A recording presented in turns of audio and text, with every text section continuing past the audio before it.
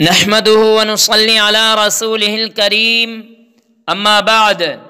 فاعوذ بالله من الشیطان الرجیم بسم اللہ الرحمن الرحیم۔ آج کا موضوع ہے جوانی کی صحیح حفاظت۔ ماں باپ کو چاہیے کہ بچوں کے جوان ہوتے ہی ان کی خوب دیکھ بھال رکھیں، غلط قسم کے ساتھیوں اور دوستوں سے ان کو دور رکھنے کی پوری کوشش کریں۔ اسی طرح سینما، تھیٹر، فلم، ناچ گانوں، ناول اور افسانوں،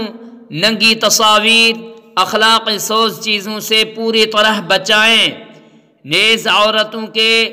جمگٹھوں اور ان کی محفلوں میں آنے جانے اور نوعمر لڑکیوں کے ساتھ میل جول سے بہت دور رکھیں۔ نوجوان کو خود بھی ان تمام باتوں سے بے پناہ احتیاط کرنی چاہیے،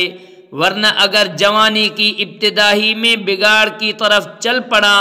تو پھر اس کو صحیح رخ کی طرف موڑنا پہاڑ سے زیادہ بھاری ہے، اور عزت کے ختم ہونے کے ساتھ صحت و قوت کے ضائع ہونے کا بھی سخت خطرہ ہے۔ یہی ایک موقع ایسا ہے کہ اس میں بگاڑ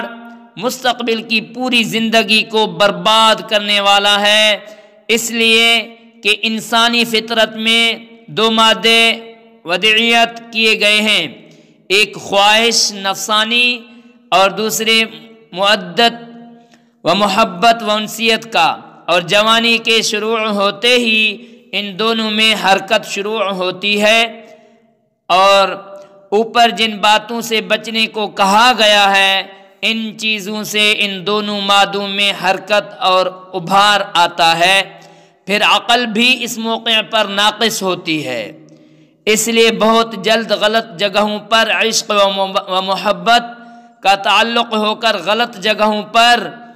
اپنی خواہش پوری کرنے کی کوشش کرے گا اور بدکاری میں مبتلا ہو جائے گا، اور اگر کسی غلط جگہ دوستی کا موقع ملا یا اپنی طبیعت کے اعتبار سے بہت زیادہ جری اور بے باک نہیں ہے تو پھر اپنی خواہش کو پورا کرنے کے لیے غلط اور غیر فطری طریقے تلاش کر لے گا۔ اغلام جلق،